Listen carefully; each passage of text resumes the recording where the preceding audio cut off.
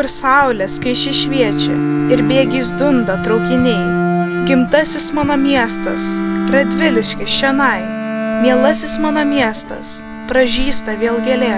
Poetai dainorėliai jį garsina eilėm. Mes mylim savo miestą, jį puošiame darbais ir norim garsinti taip jį, kaip protėviai kadais. Čia stovi daugiaaukščiai, čia ūkia garvežiai. Radviliški gimtasis, gyvuok ilgai, ilgai.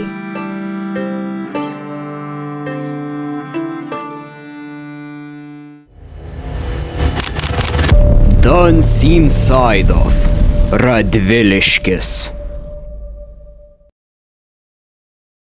The Radviliškis water tower. Every Radviliškis citizen knows that one of the most important places here is the railway and the train depot. But today we're going to show you the unknown Radviliškis. Literally, the unseen side of Radviliškis. It is one of the few surviving interwar water towers in Lithuania. During World War II, German soldiers wanted to blow it up, but one resident of Radviliškis managed to defuse the bombs. The foundations of the water tower are wooden and possibly even oak. Right next to the water tower is a military secret air post.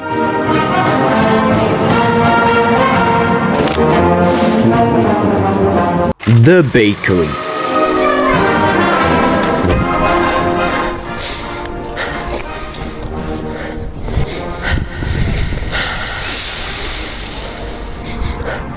Oh, here it is. This was a bakery which operated in the second half of the 20th century.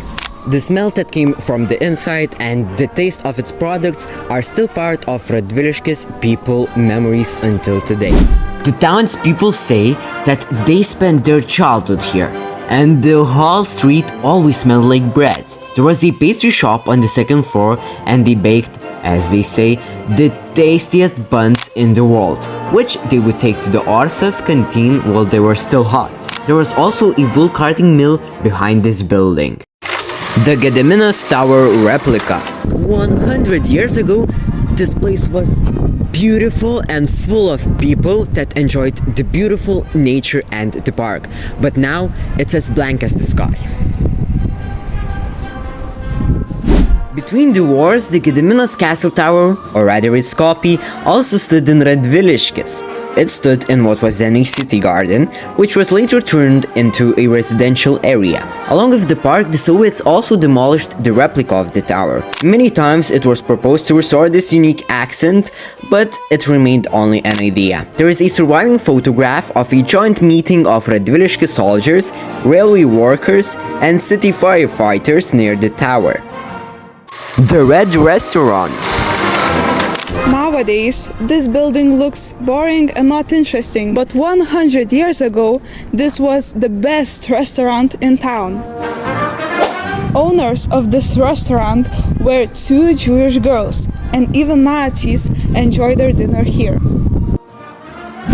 Not only the exterior, but also the entire interior of the restaurant was red. German soldiers also not only enjoyed food here, but also celebrated and slept here. The most interesting thing is that in one street, not only the tastiest buns in the world were baked, but also delicious meals were prepared. Evangelical Lutheran Church. All citizens of Radviliškis have seen, or at least passed by this brick building. But have you ever wondered what it was? What is its story? At the beginning of the 20th century, the Lutherans of Radviliškis built a brick church. In the middle of the building, there was a brick chimney, fragments of which have survived to this day. During the war, the Lutherans lost their church, and soldiers settled there for a while. In 1980, the Soviets turned this building into a furniture store. A new furnace was built from metal barrels. Then the store moved out. Due to the poor condition of the building, it became abandoned. Local stories have survived to this day, claiming that people were tortured in that church during the Soviet occupation. and their remains were put in the cellar. The cellar is now full of rubble, so no one can deny or confirm this. For several decades, the town has been waiting for support from Germany, which is much needed to save the building. The church is considered to be conserved, but there are many cracks, especially in the roof, allowing moisture to enter and further damage the building. Now all that remains are wooden reinforcements, brick walls, and local people's stories. And this is just another place that tells undisclosed historical facts.